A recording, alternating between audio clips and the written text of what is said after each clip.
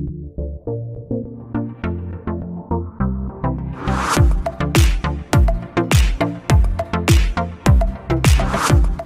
To mind maths.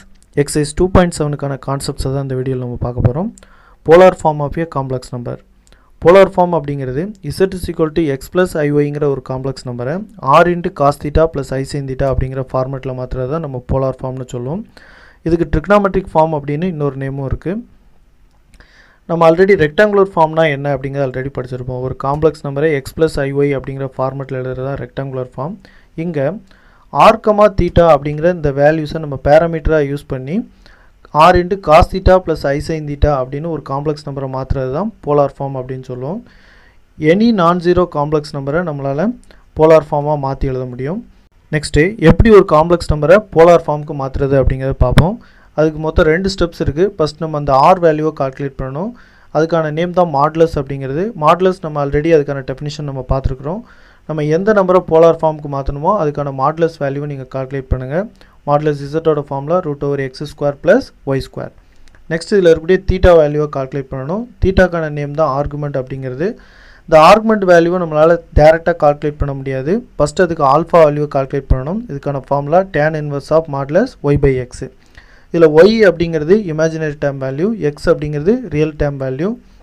இப்போ இந்த வேல்யூஸை நம்ம சப்ஸ்டிட் பண்ணி tan inverse எடுத்தோம் அப்படின்னா நமக்கு ஒரு ஆங்கிள் வேல்யூ கிடைக்கும். இதுதான் ஆல்ஃபா அப்படிங்கிறது. இந்த ஆல்ஃபாவை யூஸ் பண்ணி நம்ம தீட்டாவோட வேல்யூவை கால்குலேட் பண்ணணும். அதை நம்ம பண்ணுறதுக்கு கொடுத்துருக்கக்கூடிய காம்ப்ளெக்ஸ் நம்பரை நம்ம கிராஃபில் ட்ரா பண்ணால் அது எந்த குவாட்ரண்டில் வரும் அப்படிங்கிறது நமக்கு தெரியணும்.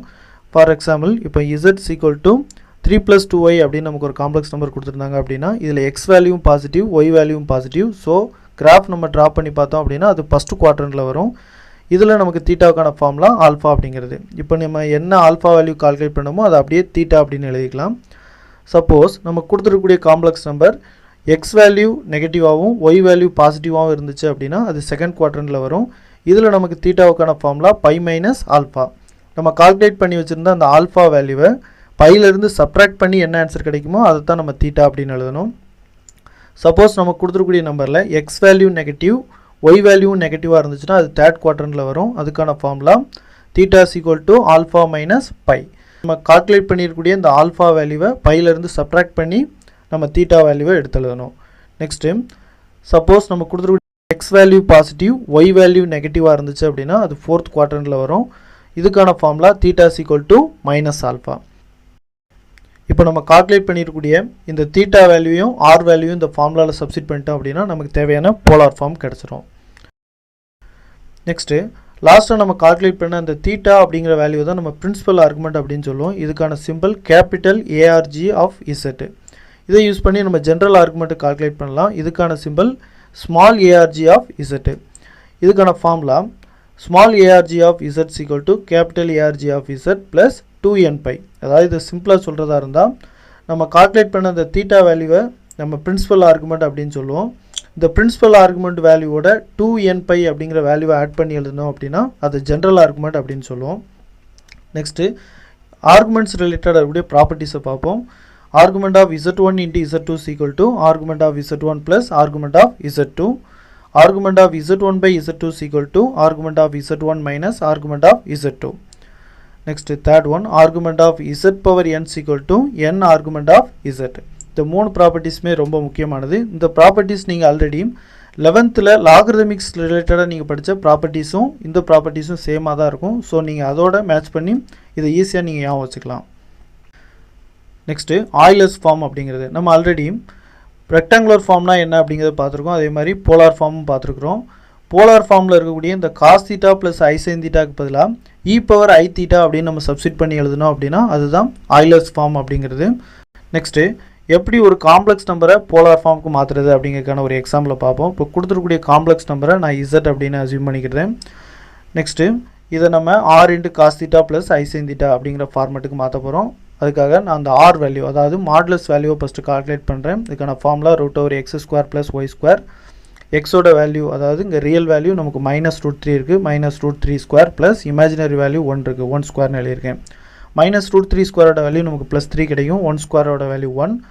So 3 plus 1 4 கிடைக்கும். √4 value 2. So modulus value 2. Next தீட்டாவோட வேல்யூ கால்குலேட் பண்ணுறதுக்காக ஃபஸ்ட்டு ஆல்ஃபா வேல்யூ கால்குலேட் பண்ணுறேன். Alpha is equal to tan inverse of modulus y by X.